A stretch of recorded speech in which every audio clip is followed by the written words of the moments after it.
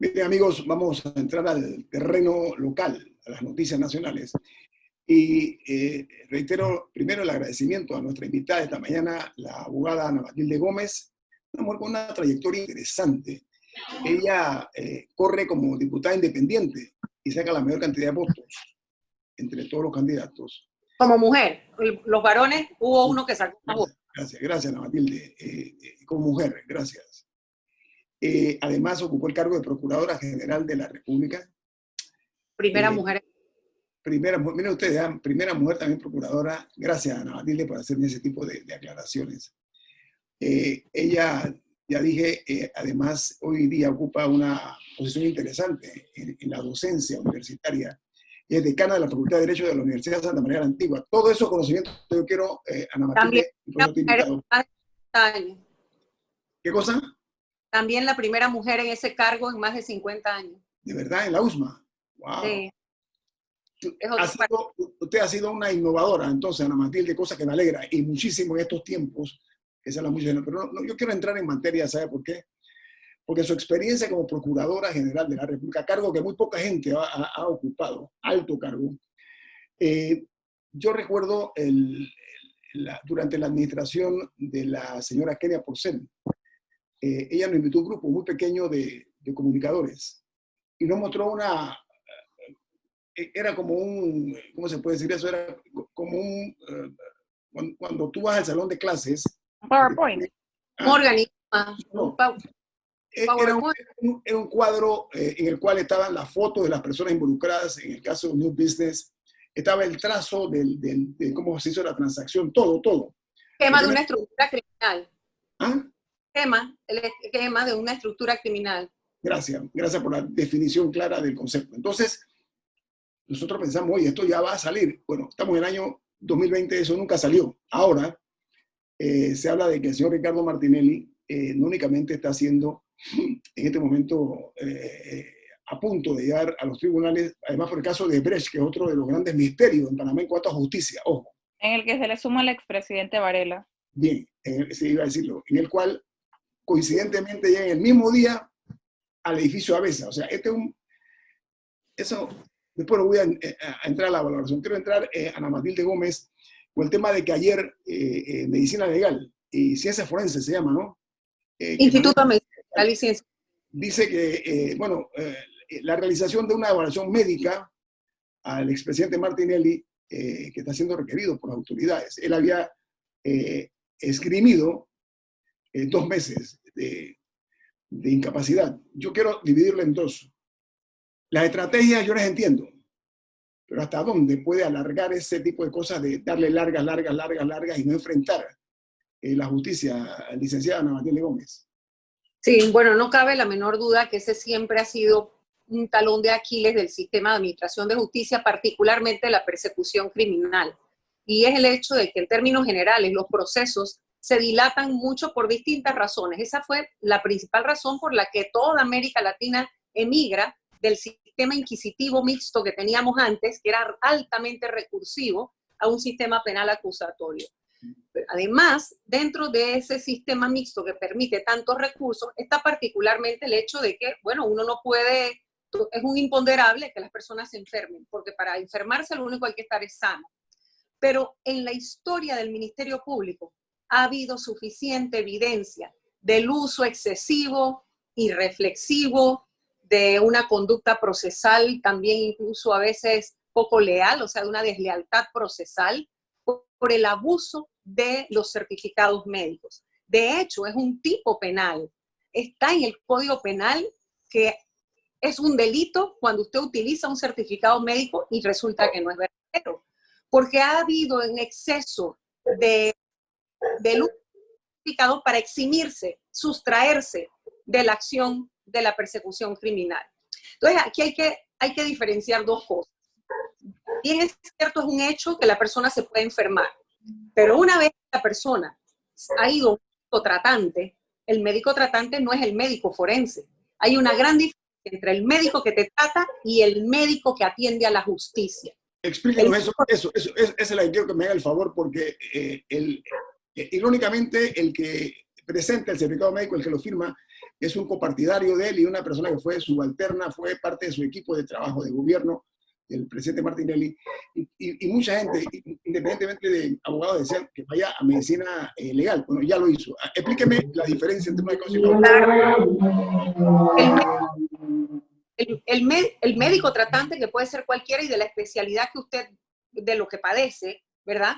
Bueno, dio su dictamen, pero eso no le resulta con el valor probatorio suficiente a un fiscal dentro de una investigación. Ajá. El Ministerio Público tiene su brazo científico, como lo tiene la justicia, porque el Instituto de Medicina Legal y Ciencias Forenses sirve a la defensa, sirve a al órgano judicial, sirve al Ministerio Público, sirve a la víctima, ¿verdad? Y también, por supuesto, al procesado. ¿Qué pasa con el médico forense? Es un médico que entiende la norma penal y tiene que darle al fiscal o al juez un dictamen que es distinto al del padecimiento. Es decir, no es que yo te tengo que decir si tú tienes una enfermedad coronaria, sí, está bien, eso lo dijo tu médico tratante. Yo lo que le tengo que decir al fiscal como médico forense es, este padecimiento, esta patología, impide o no impide, limita o no limita, o condiciona o no condiciona la diligencia judicial para la que se le está requiriendo.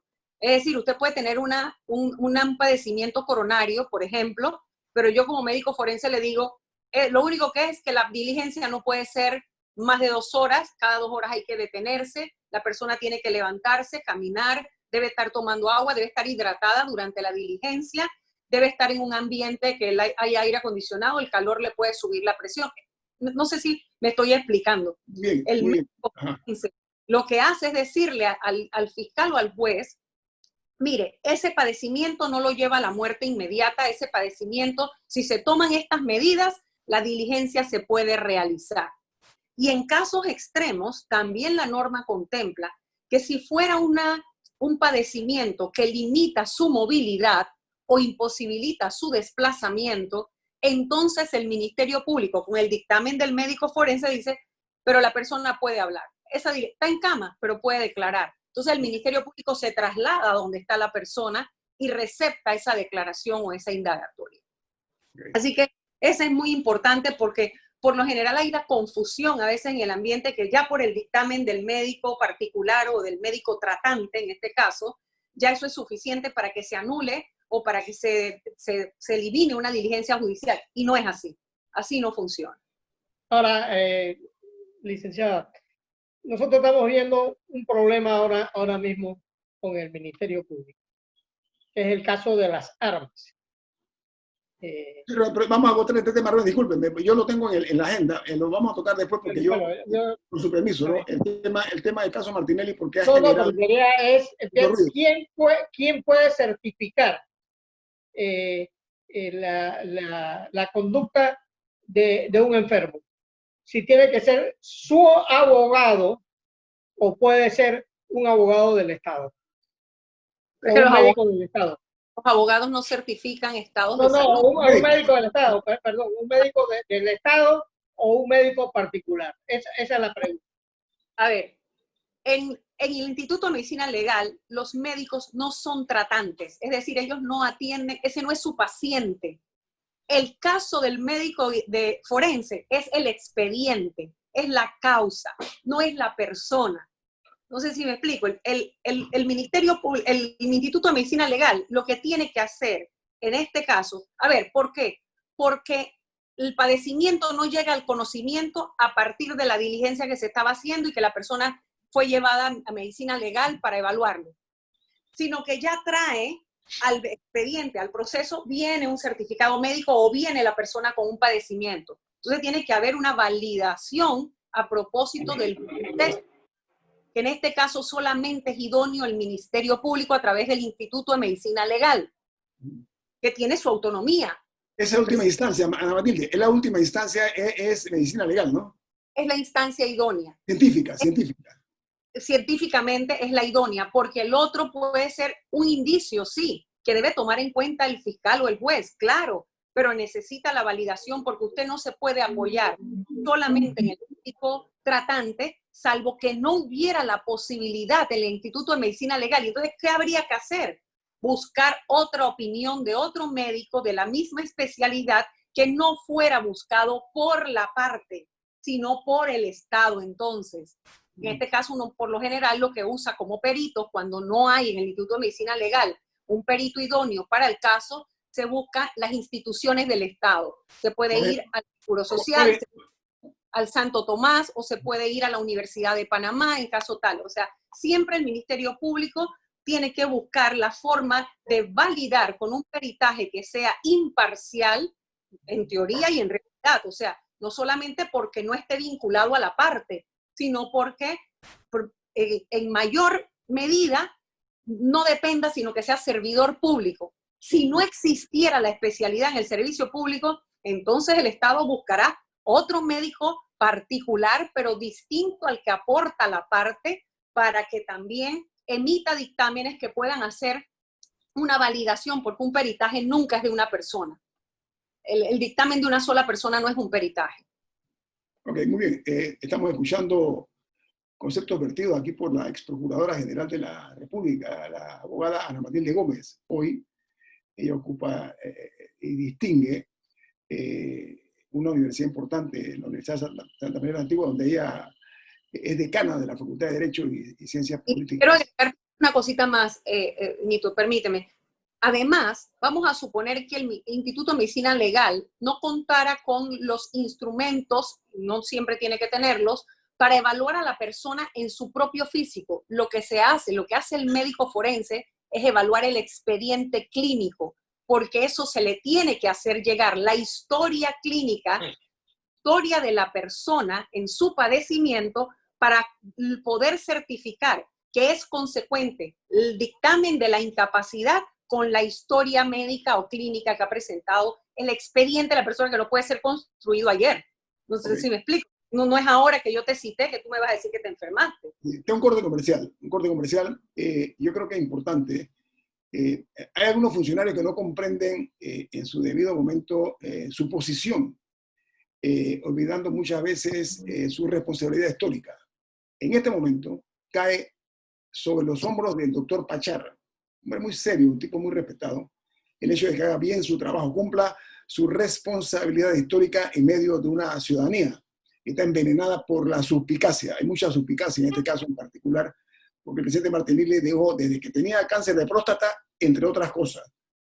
Vamos a hablar de eso al regreso aquí en Infoanálisis. El tema de las armas, no vamos a dejarlo por fuera, señor Murgas. Viene más aquí en Infoanálisis, un programa para la gente inteligente. Bien, amigos de Infoanálisis, continuamos platicando con la ex procuradora general de la Nación, Ana Matilde Gómez, una trayectoria interesante en la cosa pública. Camila. Bueno, ayer se vio la continuación de la Operación Furia, como la ha llamado el Estado, los estamentos de seguridad, que tiene que ver con la supuesta comisión de tráfico de armas. Y ayer se dio una audiencia a 8 personas y se repartieron algunas medidas cautelares, pero creo que hay gente un poco confundida con el tema del tráfico de armas. ¿Por qué se llama tráfico de armas y no posesión, por ejemplo? O sea, si lo que les encontraron fueron las armas a ellos, ¿de qué exactamente se les acusa? Bueno, yo creo, sin conocer los detalles de ese caso en particular, porque no son del todo conocidos, eso es lo que han publicitado los medios, porque prácticamente en los casos de alto perfil en este país es a través del periodismo investigativo que nos enteramos, porque siempre hay el tema de toda la serie de reservas y etcétera, y una confusión con eso de cuánto debe informar el funcionario. Yo creo que todo parte del hecho de que la ley es bastante seria, a pesar de que la ley del uso, porte y tenencia de armas fue modificada en el 2012 y se flexibilizó un poco más, y después tuvo otra reforma, creo que posterior, en el 2019. Así que ahí se ha flexibilizado un poco más. Pero ¿por qué pienso que hablan de tráfico? Porque es que en este país la importación de armas está regulado. Este es un país que regula ese tema. Aquí no es cualquiera el que puede traer un arma. Y el receptor, porque hay un solo ente idóneo, que es la Policía Nacional, a través de DIASPO, su dirección especial para eso, toda arma que llegue al país, llega allí. Creo que tienen un lugar en Cerro Tigre. Llega todo armamento que llega al país, llega allí. porque a partir de allí y ante ellos es que se gestionan todos los permisos. Así que asumo que por ahí viene la cosa, porque en este país, por ejemplo, es un delito tener armas que estén clasificadas como armas de guerra, ¿no? O sea, Aún para eso sí no existe permiso. para eso no existe permiso. El Para eso Estado, el Estado solamente puede usarlo. solamente el Estado se reserva esa facultad de esa licencia. Y aquellas personas que pueden importar luego de solicitar los permisos y tramitar todo lo que tienen que tramitar son los que tienen polígonos o venta de armas, y eso ahora que ya se levantó la veda después de la reforma, ¿sí? Porque no se olviden que había habido un periodo de veda. En el gobierno de Varela. Sí. Entonces, ¿qué pasa? Este es un delito grave. En Panamá, el porte y tenencia de armas y ponerla en manos de otras personas se considera tráfico porque ¿de dónde las trajiste si tú no puedes importar? Y como si la venta, si tú no eres una agencia de armas y tú no eres un polígono, tú no puedes venderlas. No puedes poner, y es un delito grave. La pena mínima de este delito es de 8 años. Va de 8 a 10 años. Por eso es que hay medidas incluso severas cautelares, pueden existir.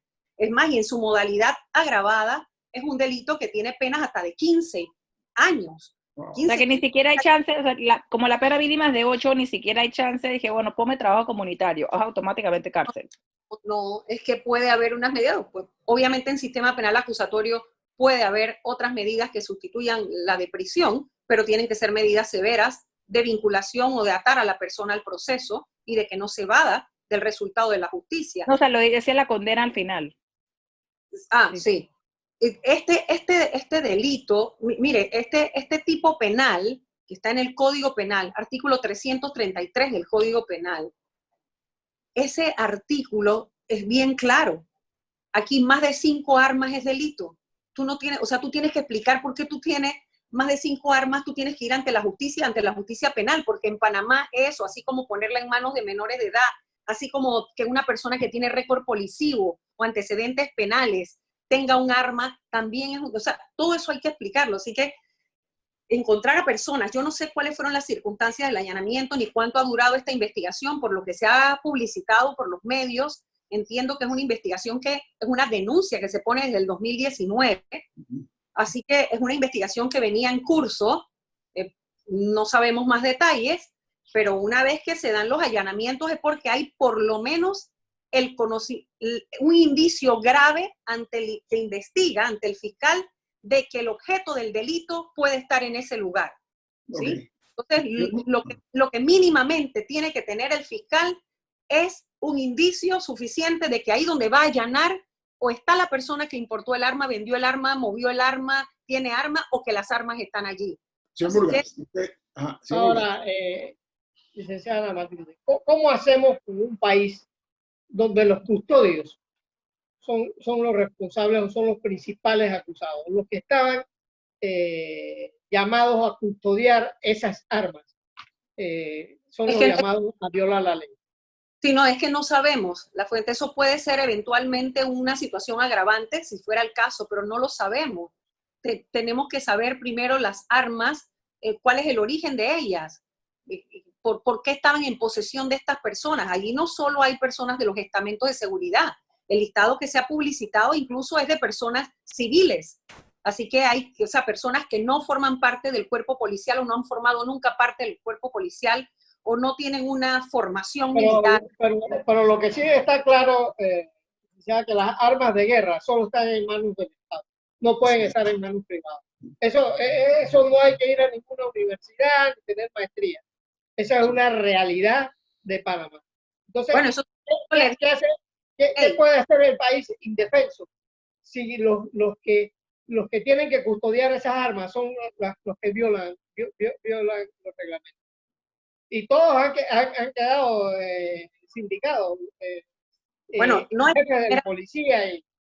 es la primera vez que en Panamá se dan situaciones, por ejemplo, como una vez que hubo se reportó la pérdida en la armería de la policía, que hubo un hurto de armas. No es la primera vez que el tema de las armas anda por allí dando vueltas. Lo cierto es que, en efecto, como usted señala, hay un riesgo muy alto de seguridad si aquellas personas que están llamadas por la ley y la investidura de sus cargos a proteger a los ciudadanos en su vida y en su honra y en sus bienes, y que son los custodios de los armamentos con los que se podrían dar distintas acciones, desde delictivas hasta subversivas, hasta de sublevación. O sea, hay de toda una gama de acciones que se pueden dar con las armas, y más con armas de ese calibre o de esa naturaleza. Por eso es que es importante esperar el resultado de la investigación y que se diga, en efecto, qué es lo que ha pasado. Abogado Gómez, Hay una confusión también, porque el juez anoche no legalizó la aprehensión porque dijo que la fiscalía pudo hacer uso de la citación por oficina judicial para llevarlos ante el proceso. Pero, o sea, hay mucha confusión ahí sobre por qué sería ilegal esa aprehensión. Lo que pasa es que ahora estamos en sistema penal acusatorio. Antes un fiscal disponía de todas sus diligencias y tenía mucha libertad. Ahora toda acción del Ministerio Público es controlada por el juez de garantías. Es decir, cada vez que se da un paso que viola garantías individuales o derechos, hay que ir ante el juez de garantías, ya sea en dos formas. O vas antes para pedir permiso o vas inmediatamente después para explicar qué has hecho. Y eso es lo que ha ocurrido aquí. El fiscal se tomó el riesgo, ¿verdad?, de ir a allanamiento, porque puede ser que se pierda la evidencia, puede ser que se sustraiga el vinculado, la persona se sustraiga, que se pierda material importante y el fiscal tiene que actuar. Eso se entiende. Y por eso el sistema penal acusatorio contempla esa posibilidad. Cuando tú vas a violentar garantías, tú sientes que está en riesgo tu investigación, actúa, pero inmediatamente tienes que ir ante un juez de garantía a sustentar lo que has hecho. Y el juez de garantía, en base a lo que le presenta tanto la defensa como el Ministerio Público, le otorga validez o no al acto. Es decir, le otorga legalidad o no. Y si en este caso el juez de garantía consideró, ahí habría que ver cuáles son los elementos que valoró. No lo supimos porque no permitieron que se publicitara la audiencia. Así pero que, por ejemplo, si no legalizan la detención, que lo fuera a buscar a su casa, ¿eso invalida las armas que encontraron o son dos cosas separadas? no necesariamente, porque el propio juez de garantía lo puede pronunciar por el riesgo que es y por el tipo de delito que es grave, y que el armamento, el tipo de objeto no puede andar circulando por allí, sea como sea, aquí está, voy a tomar esto, pero no los mantengo detenidos. Está bien, te valido tu allanamiento porque me has sustentado que había un riesgo, pero a las personas no las dejo detenidas porque no sé qué habrá valorado. Es que por eso es que hay que saber siempre la motivación del juez. Siempre hay que saber qué motiva la decisión judicial. Lo cierto es que la Fiscalía contra el Crimen Organizado, ojo, es la que formuló cargos la denominaron tráfico ilegal de armas de guerra, vuelvo a subrayar guerra. Y por la presunta comisión. Estamos hablando de AK-47, me imagino que es ese nivel del armamento, y se formularon cargos a 8 de los 19 apresados por el presunto tráfico de armas. En pocas palabras, y tengo 2 minutos, abogada Ana Matilde Gómez, eso implica qué responsabilidades para que el caso no desfallezca en el camino. A ver, ¿me puedes reformular la pregunta, por favor? Sí, o sea, ya dije cuál es la instancia que está llevando el caso. 8 de los 19 aprehendidos por supuesto tráfico de armas. Ajá, pero el paso dado por la Fiscalía, en este caso anticorrupción, anticrimen organizado. Ajá. Okay. Pregunto yo, el paso dado de 8 de los 19 de los mencionados están supuestamente bajo el control de la justicia. ¿Cómo hacer para que este caso no se caiga? Porque hay demasiados intereses.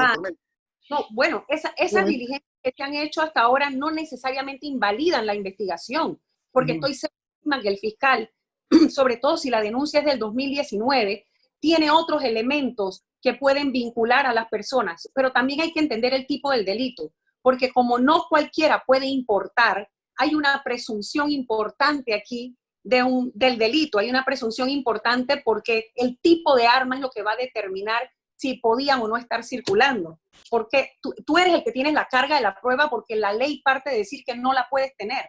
No sé si me logro explicar, entre el calibre y que si es tipo automática o no, no importa que estuviera desarmada, dice la ley incluso, ¿eh? Mira, la norma sí es tan importante, no importa que tú la tuvieras desarmada, si al ensamblarla ella funciona, o sea, ella es operativa, el delito se consuma. Entonces, es importante saber, entender que el tipo de delito, aquí el tipo penal es el que también hace un peso importante en la presunción de que algo está pasando. No, eso no es regular, o sea, no se puede funcionar así, aunque muchas personas crean que porque no son delincuentes, no andan robando, tienen un poco de armas en su casa. No, eso no se puede. O sea, la ley en Panamá no lo permite. O sea, que sería importante porque yo recuerdo el caso de Gustavo Pérez, que fue jefe de la policía, que pasó varios meses en prisión, ¿ah? Estuvo detenido varios meses, pagó Creo que un cárcel. par de años. Varios años. Él estuvo condenado 5 años, me parece. No sé si no sé si tuvo los 5, pero... Sí. En este caso se menciona ex jefe de la policía, ex jefe de estamento de seguridad. Yo creo que lo importante es que esto quede translúcido, que esto quede muy transparente. La transparencia en esta importante porque... No, y el Ministerio Público, licenciada, tampoco ha averiguado si hubo dinero de por medio ahí, en unos bienes que eran del Estado. Disculpe, tengo un corte. Ana Matilde, al regreso, tengo un corte. Hubo una persona que adquirió 53 armas. Vamos al corte comercial, al regreso. Adelante.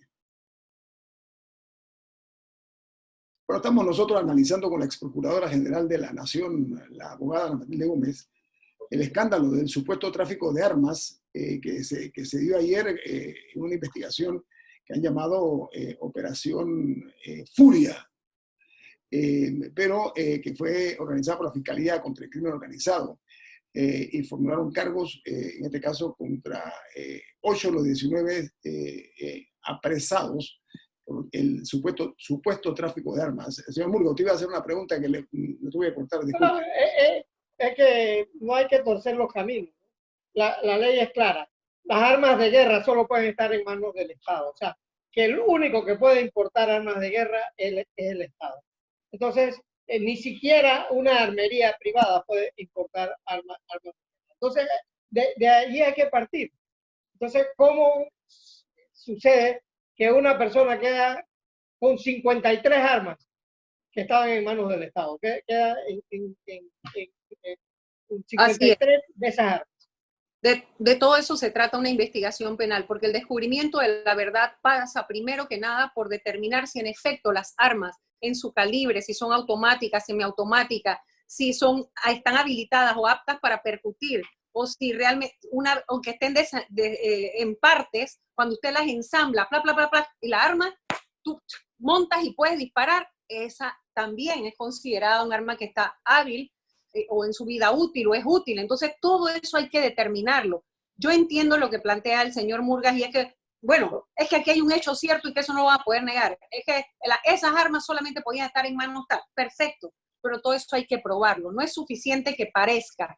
Aunque tenga apariencia de ilicitud, por el Estado de Derecho en que vivimos, eso hay que probarlo. Ahora bien, ¿qué es lo que varía? Por el tipo de delito, ¿a quién le toca la carga de la prueba? Perfecto, por el tipo de delito, a quien le toca probar es a quien tiene el arma, no al Estado necesariamente, porque ya hay una norma que dice que no la puedes tener, ¿sí? Es como el tema de las drogas también, la carga de la prueba está en quien tiene el dinero mal habido o quien tiene la droga. Tú me tienes que probar a mí porque es que esa es una sustancia, es un producto que tú no puedes tener, no puedes cargar. Entonces, igual en este caso, ¿no? En este caso, abogada Matilde Gómez, tiene que, corresponde entonces al portador a través de su defensa demostrar o justificar las armas. Bien. Eso siempre estando, como dice el señor Murga, bueno, perfecto, pero una vez que logre probar el tipo de arma que es y que en efecto es de aquellas que solamente pueden estar, que tú no la puedes tener, ahí sí la defensa va a tener mayores complicaciones, ¿no? Porque entonces podría venir un concurso material delictivo, podrían aparecer otros delitos y no solamente la tenencia del arma. Ok, muy bien. Oiga, le voy a dar un giro de timón. Me parece que vamos a hacer un cambio, pues ya creo que hemos instruido bastante a nuestra audiencia. Ayer un diputado y usted fue diputada, ¿no? Así que le voy a preguntar en base a su experiencia y conocimiento que usted tuvo dentro de las 4 paredes, si se puede decir así, en la Asamblea del Pleno, etcétera. Usted vio el manejo. Un diputado apellido Ávila, ¿ok? Del PRD. Él criticó ayer a su propia bancada porque dice que se distribuyeron las comisiones legislativas las más relevantes por un grupo. ¿Ok? Un grupo de 4. Cuando usted fue diputada, ¿usted vio eso o esto es un elemento nuevo, un ingrediente nuevo en las aspiraciones por controlar grupos que se sabe hay una fragmentación en el PRD? ¿Esto es nuevo o esto ya se había visto antes? O si usted lo vio como diputada de la República, Ana Matilde Gómez. Sí, mire, lamentablemente parece que una práctica usual, porque yo también puedo recordar escenarios en los que se trancaba la elección y la decisión de la conformación de una comisión por las luchas de poder y del poder interno que hay en los partidos, que son los que controlan la casa de la democracia. Lo que en teoría debería ser la casa de la democracia está controlada por las fuerzas internas, de las luchas internas, intestinas de los propios partidos políticos. ¿Y por qué? Porque con eso controlan al Ejecutivo. ¿Por qué? Porque dependiendo, mire, un presidente de una comisión decide qué pone en agenda y qué no. Y con eso se garantiza una llamada del Ejecutivo o se garantiza la visita de una serie de miembros de la sociedad civil o del sector empresarial, de cualquiera que tenga un interés en conflicto con una ley que se pretende debatir y aprobar. Y es ahí donde está la cuna de toda esa, de cómo se ha pervertido la función legislativa en el país. Una pregunta, señora Gómez. Podemos hablar de que son señores feudales, entonces tiene cada uno su feudo, su área de influencia.